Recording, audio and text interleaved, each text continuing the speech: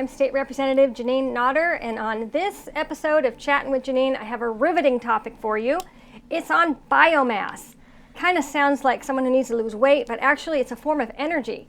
So I have two guests that I know from Concord, Jason Stock and Jody Grimbalis, thank you. Thank you for helping me. Welcome to Merrimack, and thanks for coming down to be on the show. This is great. So I've seen you in the halls in the State House and the Legislative Office building for several years now.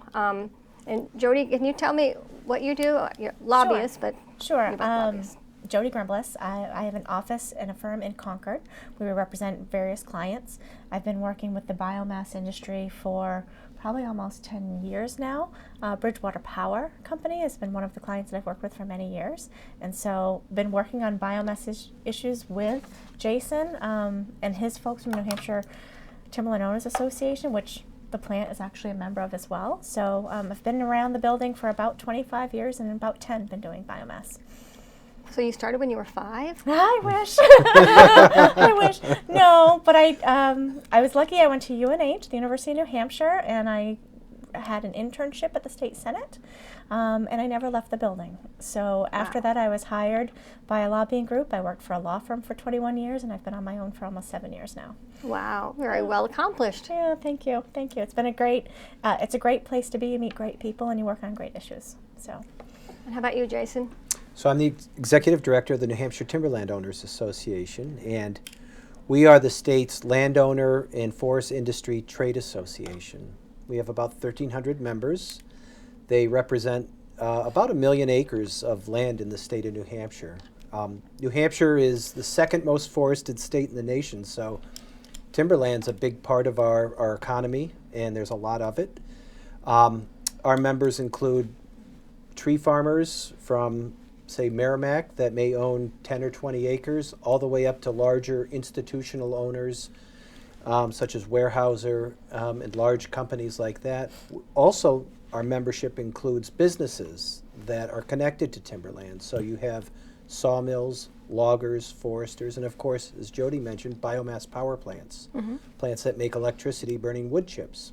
So before we get into that, how long have you been at the State House? Sure.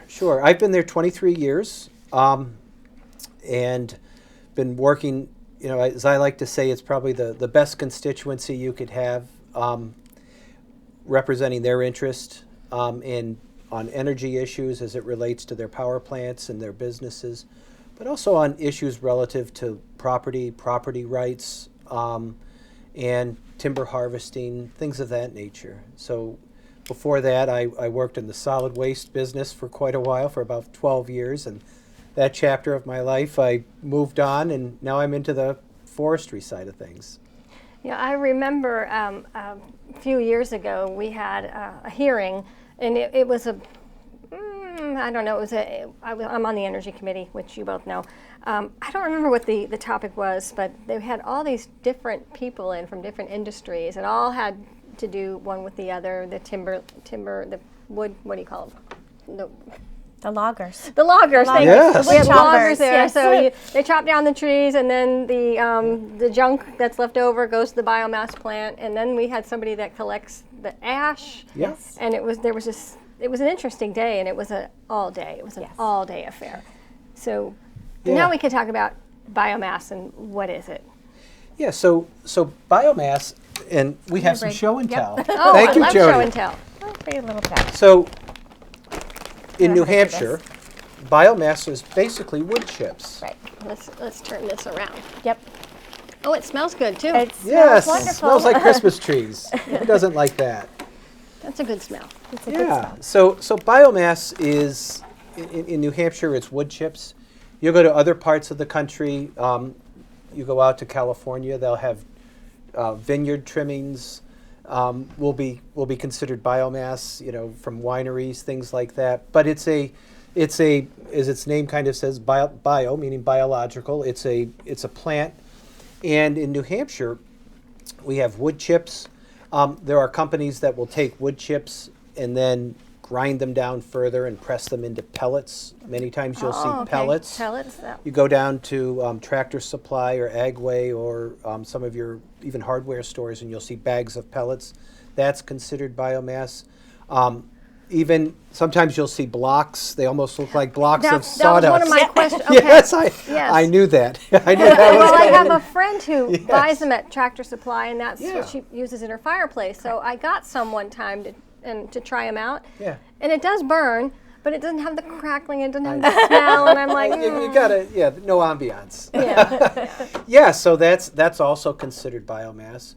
Firewood's also biomass. Is another type of biomass. Bark is, sometimes you'll have like a sawmill that will bring a log in from a logging job, and they'll peel the bark off so that they can make nice clean lumber. That bark will be considered biomass. And so that's, biomass is really anything that's kind of plant derived. In New Hampshire, and has a biomass industry. We at one point had 8 power plants across the state that would take wood chips.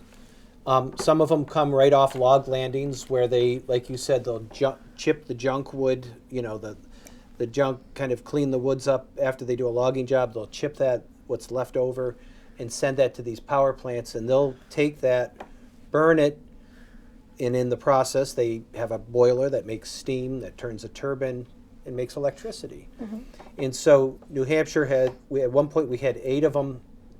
Today we have 2 that are consistently running, and another 2 that have just come back online. And so for us as this is one part of a very broad supply chain. If you think about it, and I try to explain this to folks, is you have a landowner that's growing timber, and think of that timber like your garden. You have all kinds of trees growing. Some of them are straight, perfect trees, others that are crooked and have woodpecker holes and everything else in them. You go in and you want to do some cleanup and kind of clean that forest up. Well, you'll come in, you'll take the straight trees, those will go to the sawmill, and they'll make lumber, make things like this table or 2x4s for a house.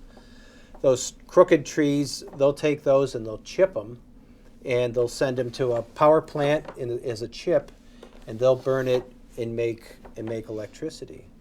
The other piece of this is that sawmill, when they take that round log and they square it up and make lumber out of it, those, they call them slabs, they'll chip those up, and a lot of times those will also go to a power plant. And so the power plants are part of this kind of web of businesses and a part of this industry. And so that's biomass. Very long answer to your short question, what is biomass? But that's what it is, and that's kind of how it fits within this forest industry and why it's important to landowners. Well, you mentioned Bridgewater. Where is that located exactly? I rode up with one of the other reps. We went on a field trip there. It's like on the Bridgewater Ashland. It's okay, up kind Ashland. of near the Plymouth area, if Okay. you will, off of Route 93. Okay, I do have 3 photos from, I went up, I had to look through my scrapbook, so these came from my scrapbook. So Yeah. there we are. Wow. There's a number of you. There were several of us there.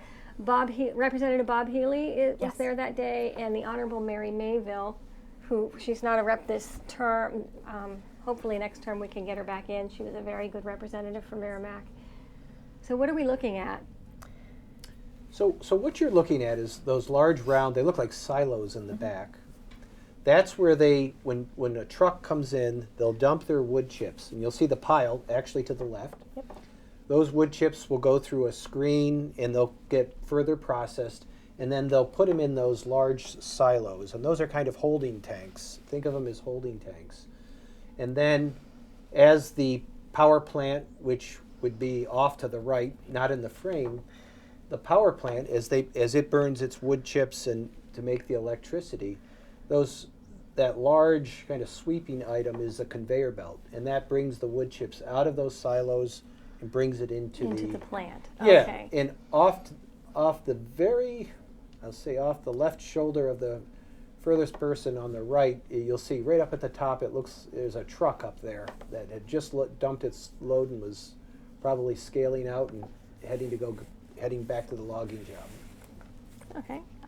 That's Representative Bob Healy and the Honorable Mary Mayville and I standing by the sign for the Bridgewater Power Company.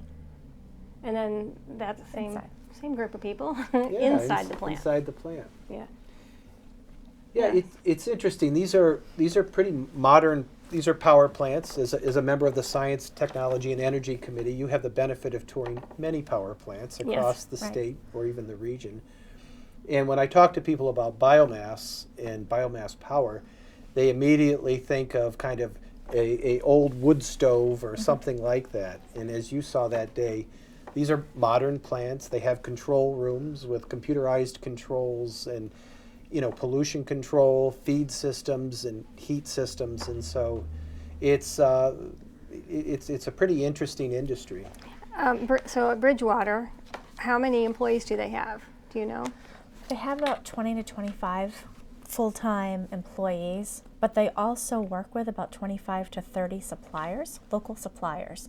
So that truck that was bringing in wood chips from lots that they had cleared, those are local industry businesses, small businesses that are loggers, logging companies, foresters that work to help supply those wood chips to the plant. So while the number of folks it takes to run the plant, about 20, 25 year round, engineers, strong plant managers, etc., to keep things rolling, they do have a sphere of influence because the local community up in the rural areas of our state are looking for other things to do besides maybe work in a cubicle. They're outside, they're working the woods. And so it's been a great economic story as well as a great environmental story, because not only are we creating energy, but like Jason said, we're also, like you weed your garden, you're weeding the woods. You're making sure that you're Can you burn the wood, the weeds? I don't know. I don't know. You can try. You can try. It won't smell as nice. No, well, some plants have like a woody stalk to them, and when I saved them all one year, and I thought, oh, this would make nice fire starter. It was gone. It just burned up like instantly. Yeah. I'm like, well, not all that work. I used to laugh because there's one of the plant managers that, again, they're very well skilled. So he was a nuclear engineer for a nuclear submarine, and he said, but when I got this job, I come to work and every day smells like Christmas. It's very different. So it's, again, they're kind of tucked. These plants are tucked in the woods. There's another one in Springfield. There's one in Tamworth, one in Whitefield. And so they really do serve their community, but they also serve power needs, which is obviously important. Now, there used to be 8 in New Hampshire. Now, some of those went under because of we stopped subsidizing them. But Bridgewater's not subsidized. They're standing on their own. They're on the market. They're on the marketplace. Yeah. They do participate in the Renewable Portfolio Standard Law. I mean, that's on the books, and they sell renewable energy credits, and they do participate in that. I knew I should have added biomass. I didn't mention biomass. I just gave a floor speech about explaining it all. This RPS, PUC. Yes, right. Yeah, all the alphabet soup of energy. Yes, exactly. Yeah, your committee gets it more than anyone. So they do participate in the RPS, a Renewable Portfolio Standard Law. As does Berlin. There's a large power plant up in Berlin that also is. There's a hydro plant up there too. Oh, there's a hydro plant near the old paper mill site, and also at that old paper mill site they converted one of the boilers and they burned biomass to make electricity there as well. So how much energy does it produce? So Bridgewater is about a 16 megawatt plant. So in comparison, let's say Berlin, the largest biomass plant that we have in the state, is a 50 megawatt plant. So, all in all, when we had the 8 plants running, it was about 200 megawatts or more of power. We're less than that because there's fewer of the plants, although we're hoping 2 more come online. So it is it's a great source of energy that helps our environment and our recreational pursuits. Obviously, by taking care of our forests in a sustainable way, not only is good for the health of the environment and the wildlife, but it's also big for trails. Whether it's your walking trails, your hiking trails, your snowmobile trails, all of that as ecosystem works together. So biomass being kind of like one of those kinks in the whole system help continue that pride that we have here in New Hampshire of our forests. Now, one thing that we hear from a lot of the representatives is whenever the energy bills come up, they have no idea what we're talking about. They don't know what a megawatt is. Is there a way to define it, so that anybody can my dog can understand it? Good luck. The only thing I can think of is unit that of energy. it's a unit of energy, and a megawatt hour, like they always will tell us, especially at your committee, the average home. So the average home is about 600 to 650 megawatt hours. So when you look at your bill at home, you might be, depending if you're kind of your typical colonial home or something like that, Cape home, 600 or so megawatt hours is what we use in electrifying that home, I guess. So yeah, it's not always simple, as you know from your committee work, but that's generally about. Well, the committee is called Science, Technology, and Energy, but there's really no science. It's really it's energy. energy and communications and technology. So I thought, well, when we're so far down in the calendar, if we just dropped the science and called ourselves Energy and Technology, we'd move up in the calendar and we'd be ET. So there's your science. It's still there. Right. Yeah. There you go. There you go. But I think now, speak to the speaker about that. Yeah. I think one of the things that we're seeing now with energy prices rising, right? We're all kind of facing that electric rise, and I'll say it honestly. I've heard for years that, well, geez, we're subsidizing biomass, and that's causing our electricity prices to skyrocket. But quite honestly, we went from 8 plants to 2 working, and I have not seen my electric bill go down. I've only seen my electric bill go up. So I don't think that was a major impact into anybody's rates. What seems to be an impact is the price of natural gas. Yep. And right now the price of natural gas is high. And that's the feds. The feds determine that, and the price of natural gas is what determines everything else. So, and that's the beauty of biomass. Is I like to think of it as a hedge. It's a local, literally homegrown energy source that really serves as a hedge against, I'll call it federally controlled energy sources. So when they start monkeying with the prices or supply on some of these other energy sources, we have an energy source here that we know we can rely on. And yeah, it might be a little bit more expensive than what gas was 3 years ago, but today it looks pretty darn good. And biomass works when the sun is shining or not. Correct. It works when the huge. wind is blowing or not. Works when there's a drought. Right. It doesn't matter. It's base load. They call loaded. it base load, which means it runs all the time. We can, as long as we have a beautiful forest, which we should because we're the second most forested state. As long as we have a forest, which we will, we have biomass. Well, from the southern part of the state, though, the forest is disappearing. They keep cutting down more and more and more trees to put up housing, or not housing, apartments. Yeah. But housing.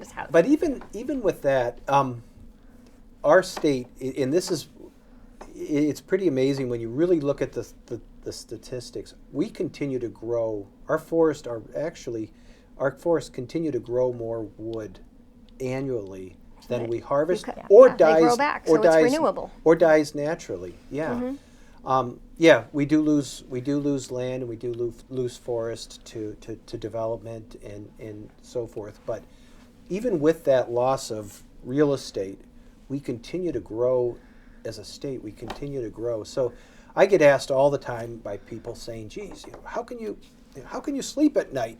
They're cutting the forest and you're making chips and then you're burning them. Isn't that horrible?" And you say, look, this is, like you just said, this is a renewable product. We're continuing to grow more. If you talk about sustainability, what's more sustainable than an energy source that we're currently using and it continues to grow? We're not at that tipping point where we're, oh my goodness, we're losing forest. We continue to grow more wood, trees, and then we harvest, combined with dying naturally. So even if you look at it and you say, all right, we have a forest here, you're going to have some natural mortality, but you also have removals, timber harvesting.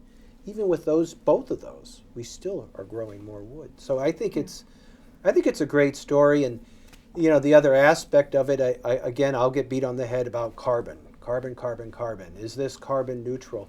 Again, we have the cleanest air in the country. Exactly, and the fact that this is stored carbon.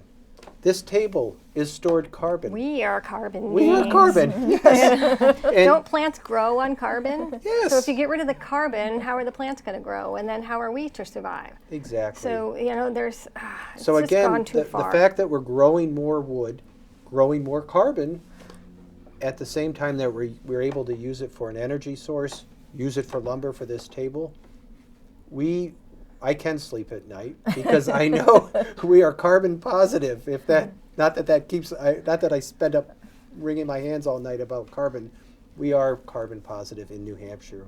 So have you heard of the American Legislators Exchange Council? Yes, Alec. Okay, so Yes. I'm on the executive board of their communications task force now. So I know. Congratulations. Yeah, thank you. It's very good for New Hampshire. So I go to conferences quite often. Every year I go to conferences, and there was one workshop on clearing the forests. It was very interesting. So we talked about California and what happened there with the fires because they weren't cleaning the forest. They said, "Oh, just leave it alone. Let it just grow naturally." And then he talked about the Native Americans, and they did take care of the forest. They didn't let it just grow wild. They did. They cleaned it up. They probably burned chips and the junk wood. They did. And They so did. he showed us pictures of what it looked like before. It's very And they important. didn't have cameras And in, so it must have been a painting. like I said, we talked about it today. Some of your colleagues, I think you may have been a co-sponsor. There was that low-grade wood commission to kind of look at what do we do with the junk wood if we didn't have these plants to help burn them for electricity, and that was part of it. Like there's such an ecosystem that this is all such a part of that. You cannot just leave the forests alone. You have to sustainably manage them, and we are doing that. It's helping our landowners. Mm-hmm. It helps our landowners keep their land. They can get some revenues for foresting their, sustainably managing their forests, which keeps those forests intact. And then it also helps our recreation trails and what's open recreation for our state. But then it's also making sure that we're not having those wildfires. We're not going to stop everything, but by doing our sustainable management and using biomass energy to help with that, it just seems to work out well for the benefit of all the folks in the state. So that hearing that I mentioned earlier, there was a woman that came who talked about ash. Yes, you brought I some do. ash with I you? do. Yes. She also, I learned from her to save your cardboard. It's good for lighting the fire. So I had saved all the tubes of wrapping paper. We call them doot-to-doots at home because we go doot-to-doo, just fun with the kids. Yes. And so I had a bunch of them because I have a big family. We burned them all yesterday because it was a snow day. I was home. Sure. Yeah, So I right. just- Why not? Perfect yeah, day. I had the fire going all day. I'm not So- going to take this out on the table. Yeah, it's ash. But kind of as we look at, reusing, right? Mm-hmm. Using everything to its fullest. Take the chips, burn the chips, create electricity. There's ash left over. So what do you do with that ash? Well, actually, this ash is a great fertilizer. So there are companies in New Hampshire that go to the various plants, get the remaining ash that's left over after it's burned for electricity, and bring it to our agricultural farms. And it's used as a fertilizer throughout the state for some of our biggest farmers. And you can use it in your potted plants, if you'd like, as a natural fertilizer that helps things grow. How about the ash from the fireplace? That's Same. good too, and it melts snow, which I didn't know. So Yes, it does. But I don't want the dog tracking it in, so I That's- usually put Right. the ash from the fireplace down by the mailbox. Oh, that's a where good it's idea. always But- icy. Yeah, Yeah. good Yeah. idea. Yeah, you don't want to trick. Yeah. I Yeah. believe I think it was the city of Claremont that also used this kind of to, I think they have a landfill or something out in their area where they used ash to kind of, I'm going to say, insulate the smells. So it was used as kind of a, I don't know what I would call it, but So yeah, it's ash has been and even at wastewater plants and compost facilities. I think that Oh, it town cuts of down, Yes. neutralizes the smell. Yes, that's the word I'm Merrimack. looking for. I know years ago, again, back to my solid waste roots, I was involved in the ash recycling programs, and Merrimack was a client. And we would send ashes to Merrimack. They would incorporate it with the wastewater sludge, and it would neutralize the odor. And I can attest that it works because Yeah. that's near Budweiser, and in my Yeah, backyard, I can smell the hops, so I know when they're brewing. Yep. But I never smell the wastewater treatment plant. Knock on wood. Yes. Knock on wood. Yes. Hopefully I never do. Right. So that must be why. Yeah. So good. So yeah, so the wood ash is actually, again, it's recycled, reused, and good for our agriculture community. So we have about 2.5 minutes left. Is there anything I left out that we want to talk about regarding biomass? No, I think, you get it. You've been around the issue. You see, and you've seen kind of the full, you mentioned that hearing, kind of the full circle here. You've got landowners, the land managers, loggers and foresters. You have mills, and kind of how biomass fits into that. And I think it's, going forward, I think I always argue, and I've argued in front of you and your committee many times, is that there's an inherent value to this. And there's values to this that, if it's ash, if it's a landowner's ability to maintain their property and keep it open for recreation, there are other values. How you quantify those and what value an individual places on that certainly is up to them. But I think, the biomass plants have been a tremendous success story in many respects to the state. I talk to counterparts in California, other landowner industry groups, or Colorado, and they just say, we wish we had what you guys had, because we have all this forest and all we can do is sit by and watch it literally go up in smoke. We wish we could take that, do that thinning work, convert it to something that everyone needs and is useful, electricity, and at the same time not have to deal with wildfires, the smoke and smell that comes from them. They said, you guys have it really good. And we say, well, we're New Hampshire. We figured it out. What's wrong with you? Why can't you figure it out? And it creates an economy that is jobs, jobs for loggers, jobs for folks in the plants, jobs in recreation, so many different ways that it helps benefit our state, where it's not all urban. We have a lot of rural aspect to our state. So these are the kind of jobs that folks are looking to continue with. So again, we think we're part of a diverse energy resource, and we hope to continue. Well, thank you both for coming down again and great. talking to the viewers about biomass. I'm sure there's some people that still have never heard of it. They know you hear about solar, wind, and then the natural gas, of course, and coal and everything else. But it's been very interesting being on that committee, and I will see you up there next time we have Yes. a hearing. See you next week. Thank you. Thank you very That'll much be for your next week. time. Thank you. Thank you. And thank you for watching.